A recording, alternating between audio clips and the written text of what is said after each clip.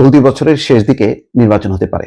NHK প্রধান উপদেষ্টা বলছেন যে চলতি বছরের শেষ দিকে নির্বাচন হতে পারে।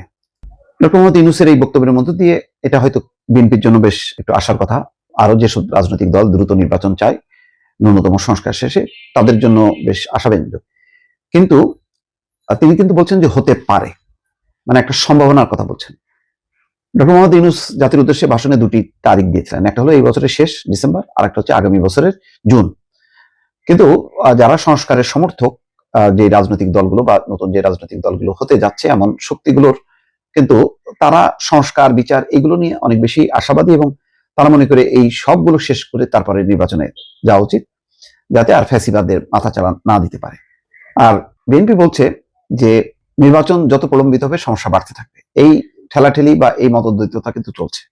ঠিক সেই সময় ডক্টর মোহাম্মদ ইউনূস বললেন বটে এই নির্বাচনের শেষ দিকে হতে পারে, কিন্তু খুব নিশ্চিত করে যে আমাদের লক্ষ্য ডিসেম্বরেই নির্বাচন, এভাবে কিন্তু বলেননি। ফলে এখানেও একটা ধোঁয়াশা কিন্তু রয়ে গেল।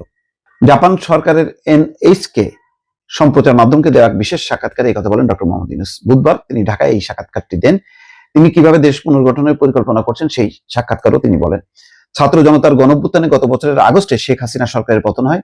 এরপর অন্তর্বর্তী সরকারের প্রধান উপদেষ্টা হন ডক্টর মোহাম্মদ ইউনূস। NHK প্রতিবেদনে বলা হয়, বাংলাদেশ যাতে স্বনির্ভর হয়, শক্তিশালী হয়, সেটি নিশ্চিত করতে চান শান্তিতে নোবেলজয়ী ডক্টর মোহাম্মদ ইউনূস। তিনি বলছেন যে আমরা যখন ক্ষমতা এসেছিলাম তখনকার পরিস্থিতি বিবেচনা আমি মনে করি আমরা অনেক দূর এগিয়েছি, কারণ এটি ছিল পুরোপুরি বিধ্বস্ত সমাজ, বিধ্বস্ত অর্থনীতি, বিধ্বস্ত রাজনৈতিক ব্যবস্থা, বিচার ব্যবস্থা, সবকিছুই ব্যবস্থা। গণতান্ত্রিক দেশের জন্য নির্বাচন একটি অপরিহার্য পদক্ষেপ। মোহাম্মদ ইউনূস বলেন, নির্বাচন অনুষ্ঠানের সম্ভাব্য সময় হতে পারে চলতি বছরের শেষ দিকে।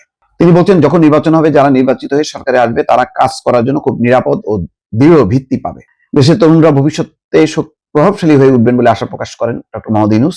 গত বছরের গণঅভ্যুত্থানে তরুণরা মুখ্য ভূমিকা রেখেছিলেন। তরুণদের সামনে চলে আসা, তারা দল করতে পারা, নির্বাচন এই বছরের শেষ দিকে হতে পারে।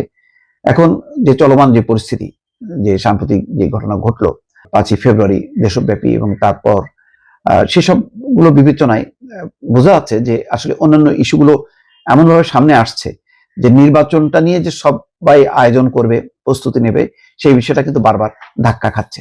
সংস্কার কমিশন রিপোর্টগুলো বলা হচ্ছে যে ফেব্রুয়ারিতে হবে, এবং ফেব্রুয়ারির শেষ থেকে বা মধ্য ফেব্রুয়ারি থেকে, অর্থাৎ চলতি মাসের মাঝামাঝি বা শেষ দিক থেকে সংলাপ শুরু হবে।